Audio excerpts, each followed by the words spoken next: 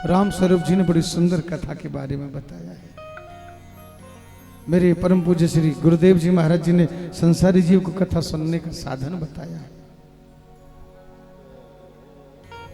व्यास भगवान को कथा के बारे में बताने के बाद में भगवान शंकर चले गए।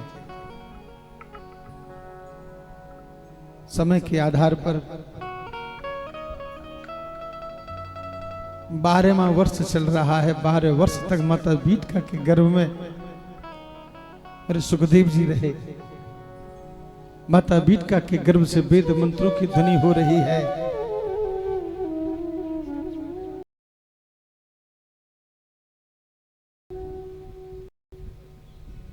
लेकिन करे तो क्या करे। माता बीटका देवी ने व्यास भगवान से कहा कि प्रभु ऐसा लगता है कि मेरे मंत्र, मेरे पेट से वेद मंत्रों की ध्वनि। बोले हाँ, लगता है कोई संत होगा, जगत का कल्याण कारक होगा, जगत के उद्धार के साधन बताने वाला होगा। यहां व्यास जी ने स्वयं उस बालक की सुंदर भाव से वर्णन किया है। समय के आधार पर व्यास जी ने कहा कि आप अपनी मां के गर्भ से बाहर आओ, मैं तुम्हारा पिता बोल रहा हूं। आज बीटका देवी के गर्भ से एक आवाज आती है, पिताजी मैं मां के गर्भ से बाहर नहीं आऊंगा, क्योंकि मुझे प्रभु की बनाई हुई माया जकड़ लेगी।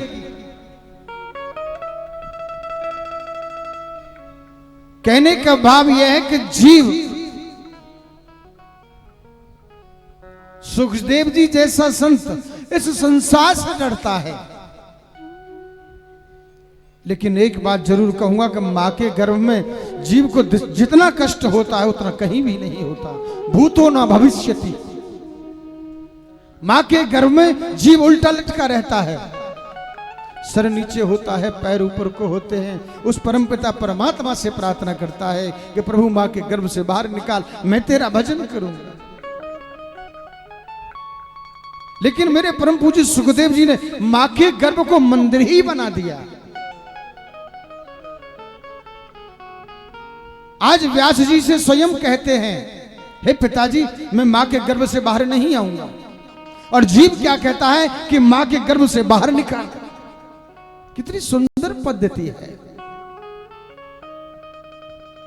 संसारी जीव मां के गर्भ में आना नहीं चाहता और मेरे परम पूज्य सुखदेव जी महाराज मां के गर्भ से बाहर नहीं आना चाहते। क्यों?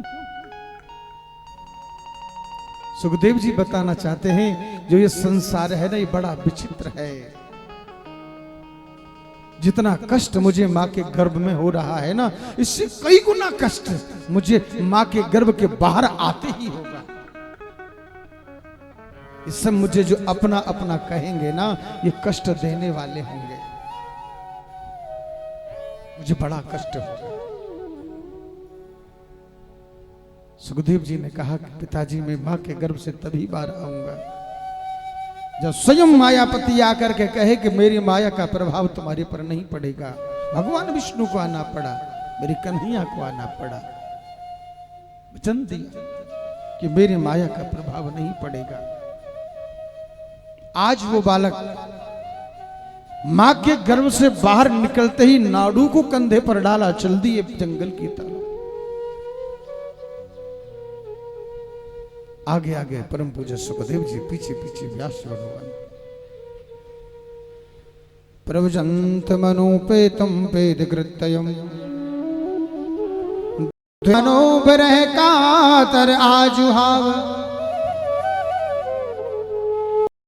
आगे आगे सुखदेव जी, पीछे पीछे व्यास जी। हा पुत्रेति तन्मयतया, हे पुत्र मैं तेरा पिता, रुको। एक भी नहीं सुना। वृक्षों के माध्यम से जवाब मिला, हे व्यास जी ये सब देखा भूली का खेल है। अब की बार ये तुम्हारा पुत्र बना, कभी तुम इनके पुत्र बने होंगे। ज्ञान हुआ, व्यास जी वापिस चल दिए। एक बड़ा सुंदर कौतूहल देखा। एक सरोवर में कुछ स्त्रियां स्नान कर रही थी। व्यास भगवान को देखने के बाद स्त्रियों ने वस्त्र पहनना शुरू कर दिया।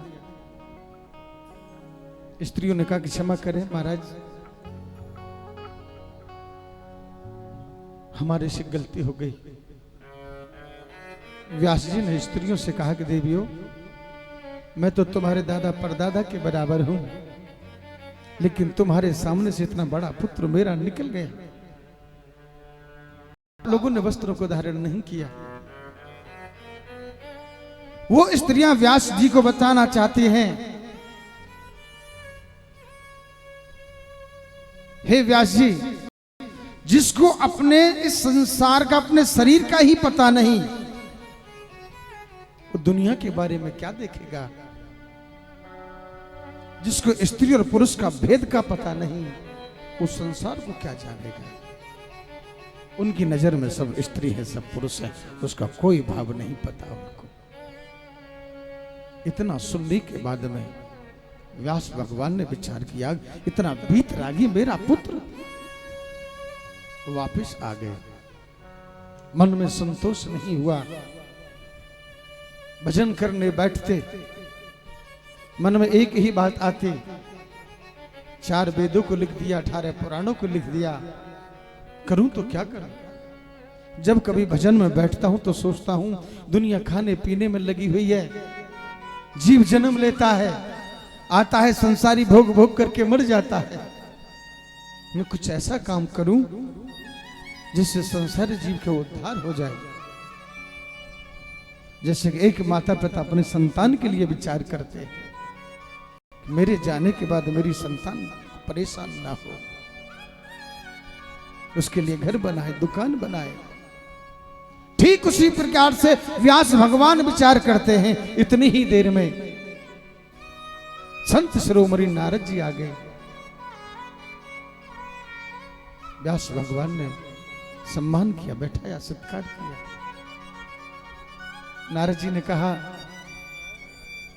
हे व्यास जी, आपके ये चिंता, ये परेशानी क्यों, बात क्या है। आज 24 अवतारों में व्यास जी का नाम आता है। ये विष्णु भगवान के अवतार है। वो स्वयं कह रहे हैं कि हे नारद जी, मैंने 4 वेद, 18 पुराणों को लिख दिया, शास्त्रों को लिख दिया, ग्रंथों को लिख दिया, लेकिन मन में अभी कोई संतोष नहीं हुआ। मैं किस लिए आया संसार में। मैं कुछ ऐसे ग्रंथ की रचना करूं जिससे जीव का उद्धार हो जाए। 4 श्लोकों में नारद जी ने व्यास जी को भागवत कथा सुनाई। बोले भागवत कथा, बोले हाँ। 4 वेदों को तो लिख दिया, 6 शास्त्र लिख दिए, 18 पुराण लिख दिए। बोले भागवत है क्या। भागवत शास्त्रों का मूल रस है। मुहुर रहो रस का भव भाव का।